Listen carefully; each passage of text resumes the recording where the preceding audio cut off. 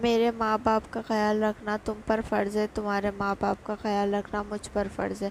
تمہارے بابا نے مجھ سے کہا تھا کہ ان کے کوئی بیٹا نہیں ہے اور انہوں نے مجھے اپنا بیٹا بنایا ہے۔ تمہیں تو داماد بننے میں والا، میں تو ان کا بیٹا ہی بنوں گا۔ اور جہاں تک تمہاری بہن کا سوال ہے، وہ میری بہن ہے، اس بارے میں تمہیں ٹینشن لینے کی ضرورت نہیں۔ شہریار نے اس کے بات کاٹتے ہوئے اس کا ہاتھ تھام کر بولنا شروع کیا۔ مجھے بھی وہ مرد نہیں پسند جو پہلی رات بیوی کی نیچا دکھاتے ہوئے الٹی سیدھی باتیں بناتے ہیں۔ یہ تم پر فرض ہے، وہ تم پر فرض ہے۔ میں جانتا ہوں تمہاری تربیت ایسی ہے کہ تم خود ہی سمجھ جاؤ گی کہ تمہیں کیا کرنا ہے اور کیا نہیں۔ میں تمہیں کیوں بتاؤں کہ تمہیں میرے ماں باپ کی عزت کرنی ہے، ان سے پیار کرنا ہے۔ یہ سب کچھ تم بچپن سے دیکھ کر رہی ہو۔ اپنے ماں باپ کو کون پیار نہیں کرتا؟ بس یہ سمجھنے کی ضرورت ہے کہ ساس اور سسر بھی ماں باپ بھی ہوتے ہیں۔ اور گھبرانے والی لڑکی مجھے اچھی لگتی ہیں، لیکن یہ بات بھی صحیح ہے کہ شادی کی پہلی رات لڑکی شرمائے گھبرا رہی۔ تم اپنی لائف کے رولز کبھی اپنے شوہر پر لاگو نہیں کر سکتی، اس لیے تمہارا یہ انداز مجھے قبول ہے۔ اس نے مسکراتے ہوئے سر کو خم کر دیا۔ لیکن اگر تم تھوڑا شرماتے تو مجھے بہت خوشی ہوگی۔ اور اس کے لبوں پر جھکتے ہوئے بولا۔ جب مہر نے اس کے لبوں پر ہاتھ رکھ کر اسے خود سے دور کیا، کچھ زیادہ ہی جلدی نہیں ہے جناب کو؟ پہلے منہ دکھائی نکالیں۔ میرے اپنا ہاتھ آگے کرتے ہوئے وہ حق سے بولی۔ ظالم لڑکی ہو۔ شہریار مسکرایا اور اپنی جیب سے ایک ڈبی نکالی، جسے کھولتے ہوئے ایک نظر اس نے دیکھا تھا اور ایکسائٹڈ انداز میں ڈبی کو دیکھ رہی تھی۔ شہریار نے ہیروں سے جگمگاتے ہوئے دو خوبصورت کنگن نکالے اور اس کے خوبصورت کلائی میں پہنانے لگا۔ وہ یہ میری پردادی کے ہیں، انہوں نے دادی کو دیے تھے، دادی نے ماما کو دیے اور ماما نے تمہارے لیے سنبھال کر رکھے تھے۔ شہریار مسکراتے ہوئے اس کا ہاتھ چومنا۔ چلو یہ تو ہو گیا ماما کی طرف سے گفٹ، اب تم دو۔ وہ اسے گزرتے ہوئے بولی۔ یہ میں نے ہی دیا ہے جانے من، شہریار نے بتانا ضروری سمجھا۔ یہ خاندانی ہے جناب، آپ نے ابھی تک کوئی تحفہ نہیں دیا، یہ تو ویسے بھی مجھے ملنے ہی تھے، اس میں کیا نیو کیا ہے؟ اس کے انداز نے شہریار کو مسکرانے پر مجبور کر دیا۔ تمہیں صبح دوں گا۔ شہریار نے لیٹنا چاہا، قریب بھی صبح ہی آئے گا، وہ منہ بناتے ہوئے بولی، لیکن یہ گنگوتلی تو ابھی ہی پاس آئے گا۔ تمہارا تحفہ مجھ پر ادھار رہا۔ وہ مسکراتے ہوئے اس کے لبوں کا جھکا اور اس سے کچھ بولنے سے پہلے ہی اس کے لبوں کو اپنے لبوں میں قید کر چکا تھا۔ چند خوبصورت رات کی چاندنی میں مہک رہا تھا تو کوئی دور ویرانی میں سسکیاں لے کر رو رہا تھا۔ صبح شہریار کی آنکھ کھلی تو مہر اس کے سینے پر سر رکھ کر سو رہی تھی۔ اسے دیکھتے ہی شہریار کو لگا جیسے اس کی زندگی مکمل ہو گئی۔ وہ بے احتیاط معصوم سے چہرے پر جھک گیا کہ شہریار تم پھر صبح شروع ہو گئے، ساری رات مجھے سونے نہیں دیا، اب تو مجھے نیند آ رہی ہے۔ مہر اسے خود سے دور کرتے ہوئے دوبارہ سے سونے کی کوشش کرنے لگی۔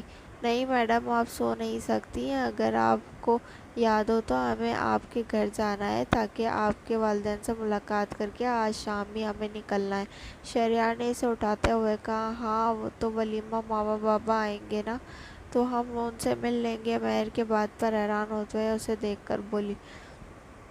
نہیں میری جان، ولیمہ یہاں پر ہی نہیں حویلی میں ہوگا، تب تک ہم لوگ جا چکے ہوں گے۔ آج ہی شام کی فلائٹ ہے، ہمیں آج ہی نکلنا ہوگا۔ میرے پیچھے پاپا ولیمہ کرائیں گے بنا دلہا دلہن کے۔ وہ اپنے ہی باپ کی بات بتاتے ہوئے حیرت سے مسکرایا تھا اور مہر کو یہ بات بتاتے ہوئے اسے بھی عجیب لگ رہا تھا۔ کیا بات ہوئی؟ بنا دلہا دلہن کے ولیمہ ہوتا ہے کیا؟ اور اسے گھورتے ہوئے بولی تو شہریار مسکرا دیا۔ ہم سارے کام یونیک کرتے ہیں، یہ بھی یونیک کریں گے۔ اور اس کے ماتھے پر بوسہ دیتے ہوئے نہانے چلا گیا، جبکہ اس بات کی حیران اور پریشان دوبارہ سونے کی کوشش کرنے لگی تقریباً 11 بجے اور مہر کے ماں باپ کے گھر گئے تھے۔ ولیمے کا انویٹیشن ان لوگوں کو مل چکا تھا تو حویلی میں تھا۔ 2 دن بعد وہ خود بھی اس بارے میں شہریار سے بات کرنا چاہتے تھے، لیکن شہریار آج ہی واپسی جانا چاہ رہا تھا، مہر کو ساتھ لے کر۔ اس لیے اپنی بیٹی کی دوری کا سوچتے ہوئے وہ اس سے کچھ بھی نہ پوچھ پائے۔ جبکہ مہر بہت اداس تھی، وہ پہلی بار اپنے ماں باپ کو چھوڑ کر اتنی دور جا رہی تھی۔ شہریار اس کی کنڈیشن سمجھ رہا تھا، اس لیے اس کی مجبوری تھی۔ وہ چاہتا تھا کہ کچھ دن مہر ماں باپ کے ساتھ رہ کر اپنے یقین دلا لیا کہ وہ ان کی بیٹی کا بہت خیال رکھے گا، لیکن نہ جانے اس کے ماں باپ کو اسے بھیجنے کی اتنی آخر کیوں جلدی تھی۔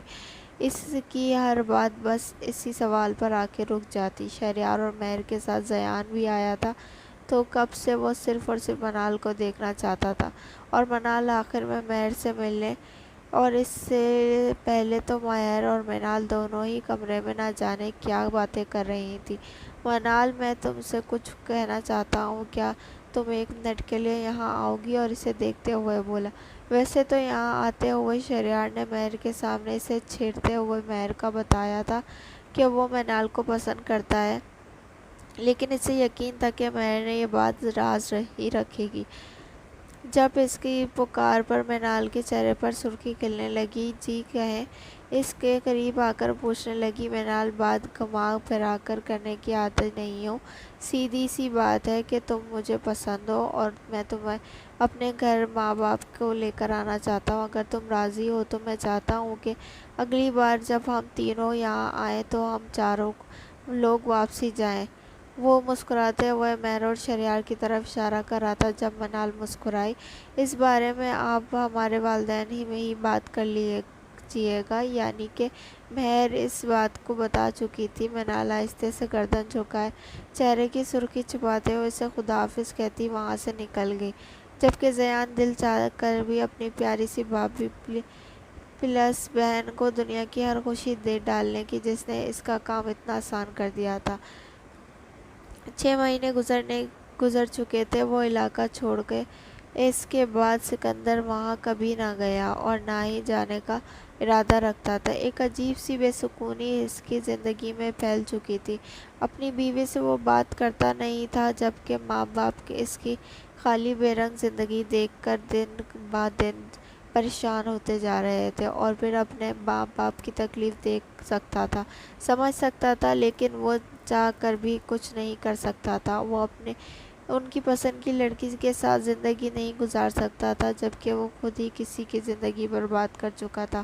سکندر ہر وقت اس گلٹ میں رہتا کہ اس کی وجہ سے پریام ساری زندگی کے لیے قید ہو گئی اور اب اس سے ملنا ناممکن ہو چکا تھا۔ اپنے ماں باپ کی حالت دیکھتے ہوئے اس نے خوشی رہنے کا فیصلہ کیا۔ پریام کے بغیر بھی زندگی بھی اسے کاٹ کھانے کو دوڑتی تھی، لیکن وہ کیا کرتا، مجبور تھا۔ وہ اپنے ماں باپ کی اکلوتی اولاد تھا، اس کا سہارا تھا، اور انہیں اس طرح سے تنہا نہیں چھوڑ سکتا تھا، چاہے اس کی اپنی زندگی کیسی بھی کیوں نہ ہو، لیکن اسے اپنے ماں باپ کا سہارا دینا تھا۔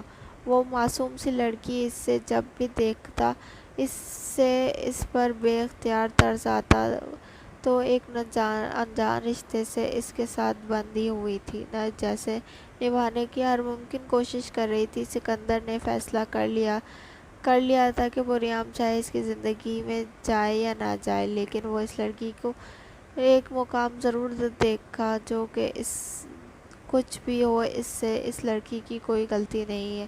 سب سے مل کر وہ تینوں ایئرپورٹ پر آ کر بیٹھے تھے۔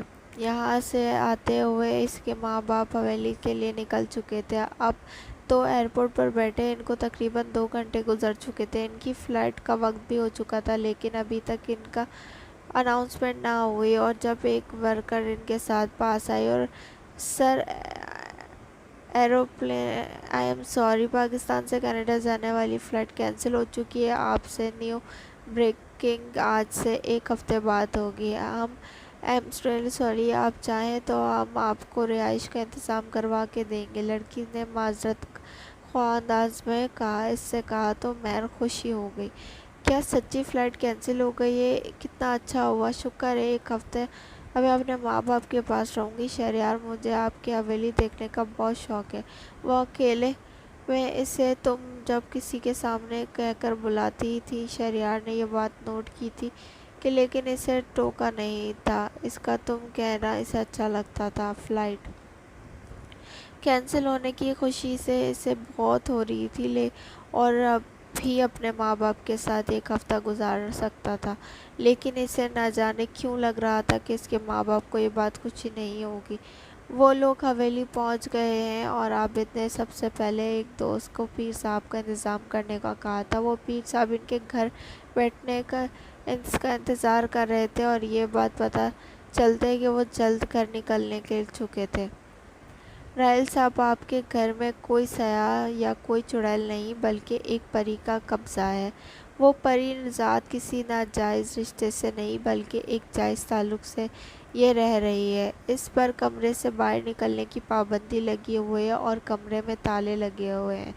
ان تالوں کو لگانے کا کوئی فائدہ نہیں، اسے جب بھی اس کا محبوب کی اجازت ملے گی وہ اس کمرے سے باہر نکل آئے گی، اس دنیا کی کوئی طاقت نہیں روک پائے گی۔ پیر صاحب نے تفصیل سے بتایا اور اس بات سے بے خبر تو بھی نہ تھے، وہ تو صرف احتیاط کے لیے لگاتے تھے کہ کہیں وہ باہر نہ نکل آئے۔ تو اب ہمیں کیا کرنا چاہیے؟ کیا ہم اس سے چھٹکارا پا سکتے ہیں؟ نہیں، یہ ممکن نہیں ہے، وہ 22 سال سے رشتے میں بندھی ہوئی ہے، اب کبھی اس سے چھٹکارا نہیں پا سکتے۔ وہ اپنی مرضی سے یہ جگہ چھوڑ کر نہ جائے۔ اس کا مقصد کسی کو نقصان پہنچانا نہیں، کیونکہ 22 سال پہلے اپنی غلطی کر چکی ہے کہ اب مزید ایک غلطی بھی وہ ساری عمر کے لیے قید ہو سکتی ہے۔ اب کسی کی جان لینا اس کے بس سے باہر ہے۔ اگر اس نے کسی کو زندگی چھین لینا چاہی تو اسے قید کر لیا جائے گا، کیونکہ پریوں کا یہ قبیلہ کسی کی جان لینے کی نہیں بلکہ انسانوں کی حفاظت کے لیے بنایا گیا تھا۔ لیکن ثریا 3 قتل کر چکی ہے، اگر اب اس نے مزید کسی کی جان لی تو وہ ہمیشہ کے لیے قید ہو جائے گی، اس لیے بے فکر ہو جائیں کہ وہ کسی کو جانی نقصان پہنچا سکتی ہے۔ اب میں چلتا ہوں، مجھے بہت دیر ہو رہی ہے، پیر صاحب نے اٹھتے ہوئے کہا اور باہر کی راہ لے لی۔ چاند دروازے پر شہریار زیان اور مہار کو کھڑے دیکھ کر پریشان ہو گئے۔ تم واپسی کیوں آئی شہریار؟ تمہیں وہیں سے چلے جانا تھا، اگر نہیں تو وہیں کسی ہوٹل میں رک جاتے، تمہیں حویلی آنے کی کیا ضرورت تھی؟ بابا جان کا غصہ کس طرح سے کم نہیں ہو رہا تھا، اسے دیکھ کر خوش ہونے کے بجائے واضح غصہ ہو رہے تھے۔ مہر اپنے کمرے میں آرام کرنے کے لیے جا چکی تھی اور زیان بھی یہاں سے جا چکا تھا۔ اگر ان کے سامنے وہ اس طرح سے جانتے تو وہ دونوں کیا سوچتے؟ اس کے ماں باپ سے اسے محبت نہیں کرتے، جبکہ اس کے ماں باپ کی نظروں سے اٹھے سوال تو وہ دونوں پر پڑ چکے تھے، شاید اسی لیے منظر سے ہٹانا ضروری سمجھا۔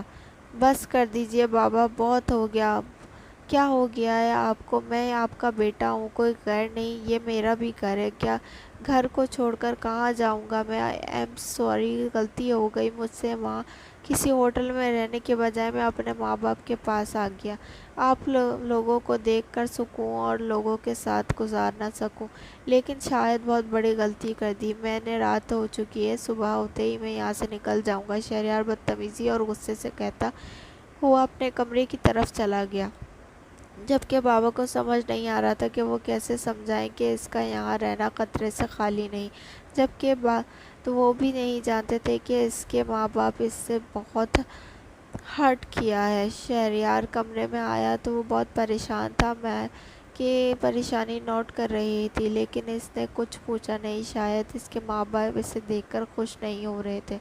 شہری آپ، اچھا ہو گیا نا، کل ولیمہ ہوگا اور دلہا دلہن دونوں وہاں موجود ہوں گے، مسکراتے ہوئے اس کے گلے میں بائیں ڈال کر بولی۔ اداس کیوں ہو تم؟ کیوں یونیک نہیں کر پائے اپنے ولیمے میں، اس لیے اداس ہو؟ اس کا چہرہ اپنی نظروں کے اثار میں لیے محبت سے بولی تو شہریار مسکرا دیا۔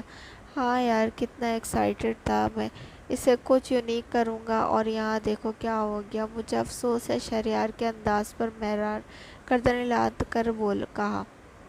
اگر اتنا ہی افسوس ہے تو پاس آ کر اظہار افسوس کرو، اتنے دور سے کیا کرنا؟ اور اس کے کمرے میں بازو ڈالتے ہوئے اس کے کمر کو جھٹکتے ہوئے بیڈ پر لٹا چکا تھا۔ جبکہ اس کے اندر مہر کو شرمانے پر مجبور کر دیا۔ اوئے ہوئے، یہ میڈم شرم آ رہی ہے، کل رات یہ شرم و حیا کہاں غائب تھی؟ اور اس کے چہرے کو تھوڑی سی اوپر کرتے ہوئے بولا، شہریار اگر تم مجھے تنگ کرو گے تو میں چلی جاؤں گی کمرے سے۔ وہ غصے میں گھورتے ہوئے بولے۔ جب شہری نے اسے مزید تنگ کرنے کا ارادہ کینسل کرتے ہوئے اس کے لبوں کو اپنے ہونٹ پر جما دیے، رات 2 بجے کا وقت تھا۔ وہ جب سے اسے آواز سنائی تھی، مہر اس کے سینے پر سر رکھ کر آرام سے وہ نیند سو رہی تھی۔ اسے لگا جیسے یہ سسکیوں کی آوازیں باہر سے آ رہی ہیں۔ وہ فوراً مہر کو تکیے پر لٹا کر باہر نکل آیا۔ آواز اوپر کی طرف سے سیڑھیوں سے آ رہی تھی۔ اس کا مطلب تھا کہ اب اس سسکیوں کے تعلق، ان کے سوالوں کا تعلق، نوازوں کا تعلق اس کے گھر کے کسی کونے سے تھا۔ شاید یہی وجہ تھی کہ اس کے ماں باپ اسے یہاں آنے سے نہیں دے رہے تھے۔ شہریار اوپر چڑھنے لگا۔ وہ جلد از جلد اس راز سے پردہ اٹھانا چاہتا تھا۔ اب یقین تھا کہ 22 سال سے جن آوازوں کا رشتہ جڑا، اس کے تعلق کا اس حویلی سے ہے۔ سیڑھیوں سے اوپر جاتے ہوئے ایک کمرے کے سامنے رک گیا اور کچھ دن بھی رات کے وقت اس کمرے کے پاس آیا تھا۔ اس کے کمرے کے پاس آتے ہی سسکیاں بند ہو گئیں۔